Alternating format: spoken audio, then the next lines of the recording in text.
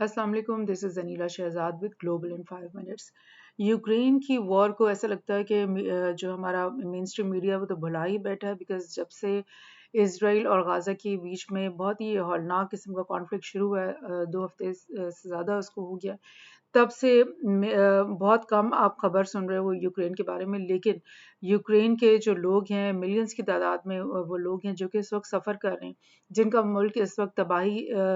का दो चार है। तो इस वॉर का क्या अंजाम होगा, ये भी जानना हमारे लिए बहुत इम्पोर्टेंट है। और ये ग्लोबल पॉलिटिक्स में इसका क्या लाइक रोल है इस वॉर का, ये भी लाइक एक काम इम्पोर्टेंट बात नहीं है। तो जो स्पेशली मैं इस पॉडकास्ट में चीज़ को फोकस करना चाहती हूँ वो ये पॉइंट है कि यूएस और नेटो जो बेशुमार वॉर्स के अंदर इन्वॉल्व होते हैं, उनका लाइक जियो स्ट्रेटेजिक या जियो पॉलिटिकल माइंड फ्रेम क्या है, क्या उनकी सोच है और क्या स्ट्रैटेजी है, जिसको कहते हैं ना, हम कहते हैं ना कि यूएस के अंदर जो थिंक टैंक्स हैं वो बेशुमार दुनिया के सबसे टॉप लेवल के थिंक टैंक्स वहाँ पे बैठे हुए हैं, और उनकी जो थिंकिंग पॉलिसीज़ होती हैं वो हमारे से 20-20 साल आगे उनकी सोच होती है, और वो सब कुछ सोच कर बैठे होते हैं। तो क्या वजह है कि आज से 20 साल से जो भी वॉर्स जो यूएस ने इनिशिएट करवाई हैं, जो नेटो ने उनके साथ मिल के लड़ी हैं, वो तमाम ही जो वॉर्स हैं वो उनको वो हारे हैं। जैसे कि अफ़गानिस्तान की वॉर जो कि 9/11 के फ़ौरन बाद 2001 में सबसे पहली वॉर ये इन्होंने छेड़ी, और 20 साल इसके अंदर बैठे रहे, और अभी 2 साल पहले वो यहाँ से हार करके निकले हैं। उसके बाद उन्होंने इराक पे इन्वेजन कर ली, वहाँ पर भी उनकी कोई मतलब कामयाबी तो क्या कहना, लेकिन इस पूरे मुल्क को उन्होंने उसकी ईंट से ईंट बजा दी, उसको तबाह व बर्बाद कर दिया। आप कह सकते हैं नीज़ तो नाबूद कर दिया, और फिर एक डिस्टेबलाइज़्ड फॉर्म में इसको छोड़ कर के भाग गए। उसके बाद सीरिया के अंदर भी वो बशार अल असद की गवर्नमेंट को उड़ाने के लिए पूरी उन्होंने भरपूर कोशिश की, लेकिन जब ट्रंप का दौर आया तो उसमें फिर उन्होंने इस वॉर को भी अबैंडन कर दिया, और ट्रंप ने कहा कि हम अपनी ट्रूप्स यहाँ से निकाल रहे हैं। और आप समझ लो कि सीरिया में भी वो हार गए, उनको कोई मतलब कामयाबी नहीं मिली। उसी तरह से लीबिया के अंदर भी नेटो ने बॉम्बिंग करके इनकी पूरी जो कोस्टल सिटीज़ है, क्योंकि लीबिया में तो कोस्टल सिटीज़ ही हैं, बाकी तो ये ज़्यादातर डेजर्ट एरिया है, तो इनकी तमाम जो सिटीज़ थी कोस्ट पे उनको बॉम्बिंग करके इन्होंने तबाह किया। और उसके बाद नेटो के अंडर उन्होंने गवर्नमेंट यहाँ पे बनाई, जिसका यानी कि आज की तारीख में कोई वजूद नहीं है। और रशिया और जो टर्की है, उनके यहाँ पर जो एसेट्स कह लें या उनकी जो उनकी पसंदीदा लोग यहाँ पर वहाँ वो इस वक्त यहाँ पर नुमाइंदगी कर रहे हैं, और नेटो और यूएस का यहाँ पे अब कोई वजूद नहीं है। तो क्या ये इनकी ग्लोबल पॉलिसी है, क्या जियोपॉलिटिक्स है, जिसमें ये तमाम एक के बाद एक जो वॉर है उसको हारते चले जा रहे हैं, लेकिन वो उनका दिल नहीं भर रहा, उनका पेट नहीं भर रहा जंगों से, कि उन्होंने इस सारे मिडल ईस्ट को तबाह करने के बाद अब वो यूक्रेन के अंदर उन्होंने इस वॉर को छेड़ा। और यूक्रेन में वॉर क्यों शुरू हुई, इसलिए क्योंकि नेटो जो है, उस पिछली पॉडकास्ट में मैंने आपको सारा एक्सप्लेन किया कि नेटो ने एक्सपेंशन किस तरह से की, और रशिया का जो है इनको डे वन से वो ये कह रहे थे कि जो हमारी ईस्टर्न बेल्ट के ऊपर जो स्टेट्स हैं वो जो कि पहले यूएसएसआर का ही हिस्सा थे और बाद में वो इंडिपेंडेंट हो गए, और रशिया ने डे वन से ही कहा हुआ था कि इनके अंदर तुम नेटो को एक्सपैंड नहीं करना। मगर एस्टोनिया, लातविया, लिथुआनिया, इन सबको इन्होंने नेटो में डाल दिया, रोमानिया को डाला, बल्गारिया को डाला। और अब जो 2008 में कॉन्फ्रेंस हुई थी नेटो की, जिसमें उस वक्त बुश जो है वो प्रेसिडेंट था यूएस का, उसने भरपूर जो है वो पुश किया इस बात को कि हम यूक्रेन को और जॉर्जिया को भी लाजमी तौर पर नेटो के अंदर डालेंगे, जिसके बाद रशिया उनको पै दर पे ये कहता रहा कि ये रेड लाइन क्रॉस मत करना यूक्रेन के अंदर, हम तुम्हें बिल्कुल भी नेटो को आने नहीं देंगे। और जॉर्जिया तो बिल्कुल आप ऐसे समझो कि एक सैटेलाइट स्टेट है रशिया का, और यहाँ पर नेटो के आने का सवाल ही पैदा नहीं होता था, लेकिन क्योंकि वो यूक्रेन को पुश करते रहे, और यूक्रेन में विक्टर यानुकोव की गवर्नमेंट को यूएस ने ही उतरवाया, रिजीम चेंज करवाई, और उसकी भी सबूत मौजूद है, क्योंकि विक्टोरिया न्यूलैंड जो थी उस वक्त उनकी जो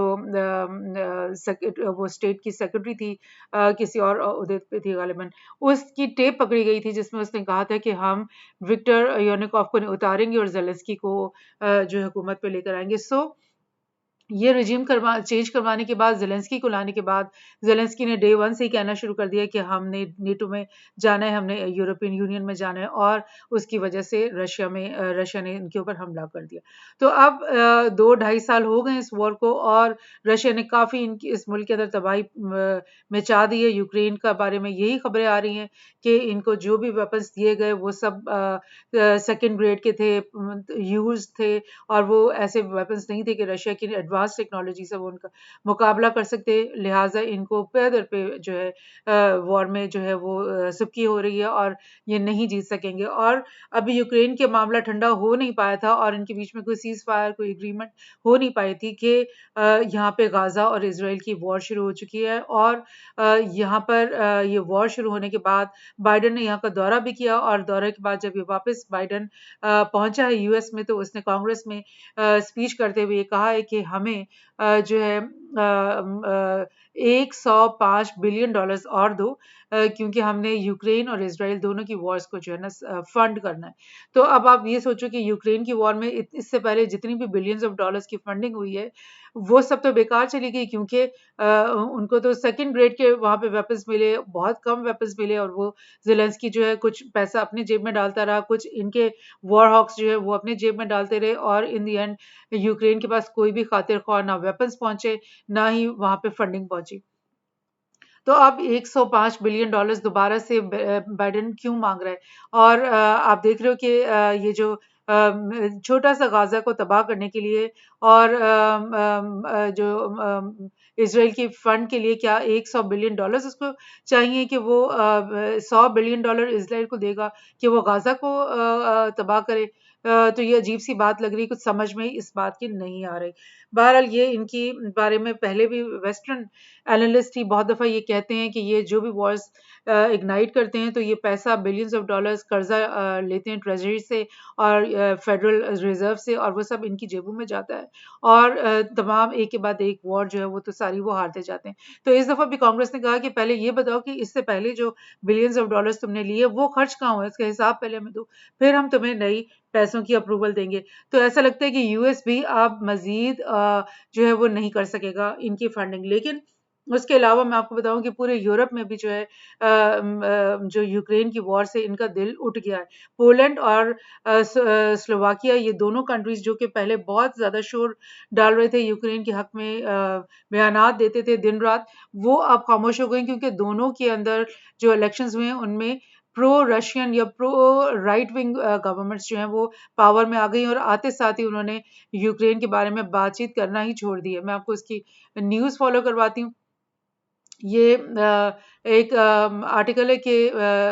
जर्मनी और रशिया, ये एक मतलब ओपिनियन है कि जर्मनी और रशिया जो है उन्होंने ऑपोजिशन पार्टीज को यहाँ पर बैक किया होगा, और जिसकी वजह से पोलैंड और ये दोनों स्लोवाकिया में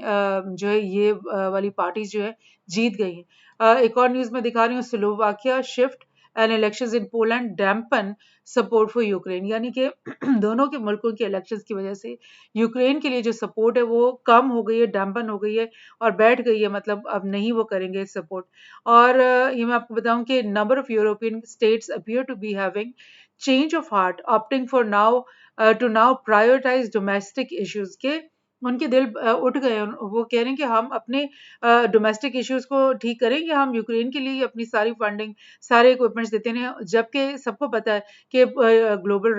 रिसेशन जब से आया है तो यूरोप की भी तमाम इकोनॉमीज जो हैं एक के बाद एक रिसेशन का शिकार है। तो इससे पहले वही पोलैंड जो इनको तैयारे भी दे रहा था, वेपन्स भी दे रहा था, सब कुछ दे रहा था, वो उसके जो नया प्रेसिडेंट है उसने बोला कि हम जो है अब कोई भी वेपन्स जो है उनको मजीद नहीं दे सकते। और उसके नए प्रेसिडेंट ने कहा है कि सपोर्ट तो हम करते हैं कीव की, लेकिन हम government has halted weapon supplies to Ukraine to focus on arming Poland's arm forces, कि हम अपनी पोलैंड की आर्म फोर्सेस को अभी ठीक करेंगे, हम उनको अब नहीं दे सकते। तो इसी तरह स्लोवाकिया में क्या हुआ, उसका तो जो प्रेसिडेंट है, प्राइम मिनिस्टर है रॉबर्ट फीको, जो अब जीता है, उसकी तो कैंपेन ही इस बात पे चल रही थी कि not a single round for Ukraine, यानी कि यूक्रेन को हम एक बुलेट भी, एक राउंड ऑफ बुलेट्स भी नहीं अब और देंगे। तो ये तो हालात हैं कि यूरोप के अंदर जो ममालिक हैं उनके दिल किस तरह यूक्रेन की वॉर से खट्टे हो गए हैं। और मैं आपको बताऊं कि हंगरी के जो प्रेसिडेंट है वो तो काफ़ी दिनों से ये बातें कर रहे हैं कि हम जो है यूक्रेन की वॉर के हक में नहीं है। टर्की आपको पता है वो पहले ही यूक्रेन के वॉर के हक में नहीं था और वो रशिया का साथ देता है हर मामले में। तो ये एक डिवाइड जो नेटो के अंदर आ गया है। और ये देख लें कि आप यूएस की जो स्ट्रेटेजिक पॉलिसीज़ हैं वो क्या हैं, उनकी जियो स्ट्रेटेजी क्या है, उनकी जियो पॉलिटिक्स क्या है, उनके थिंक टैंक्स क्या उनको गाइड कर रहे हैं कि एक के बाद एक जो है वॉर तुम लोग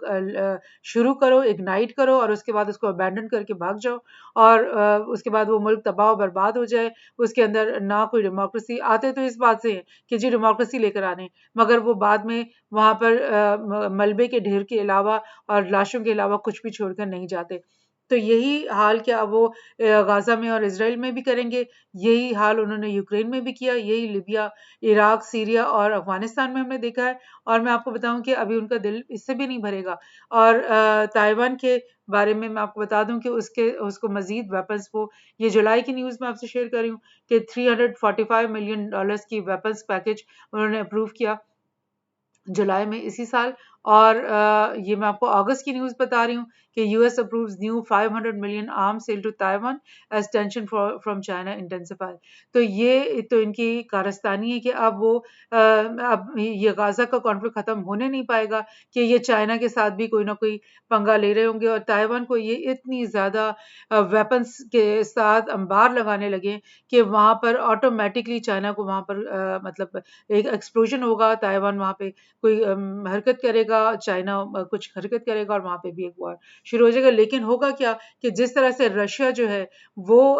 उसको कोई फ़र्क नहीं पड़ा और यूक्रेन तबाह हो गया, इसी तरह चाइना भी इतना बड़ा है और इतना बड़ा मिलिट्री माइट बन चुका है कि वो भी उसको भी कुछ नहीं होने वाला और वो 2 दिन में, 4 दिन में या चंद महीने में ताइवान को खाको-खून कर देगा। लेकिन रशिया भी नहीं चाहता कि यूक्रेन को हम तबाह करें, क्योंकि रशिया चाहता है कि यूक्रेन उसका एलाय बन जाए। इसी तरह चाइना भी चाहते हैं कि ताइवान उसका एलाय बन के रहे और उसका फ्रेंड बन के रहे और उसका हिस्सा बन के रहे और वो भी तहत्तुल इम्कान कोशिश करेगा कि ताइवान को तबाह नहीं किया जाए। मगर ये यूएस की जो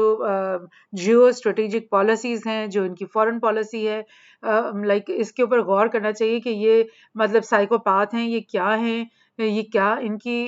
मतलब सोच है, मतलब प्रोग्रेस का जहाँ पे नामो निशान नहीं है। मतलब कहीं पे भी जिस मुल्क में भी ये जाते हैं उसको तबाह करके निकलते हैं, जिस वॉर में भी जाते हैं वहाँ तबाही करके निकलते हैं और कोई भी ऐसा एग्जाम्पल नहीं सेट कर पाए कि वो मुल्क इनकी वॉर के बाद वहाँ पे झगड़े ख़त्म हो गए हैं या स्टेबिलिटी आ गई है या फिर वो प्रोग्रेस की तरफ वो चल पड़ा है मुल्क। तो ये सब मैंने सोचा कि आपको इस चीज़ के ऊपर एक दफ़ा फोकस कर पाऊँ। Thank you.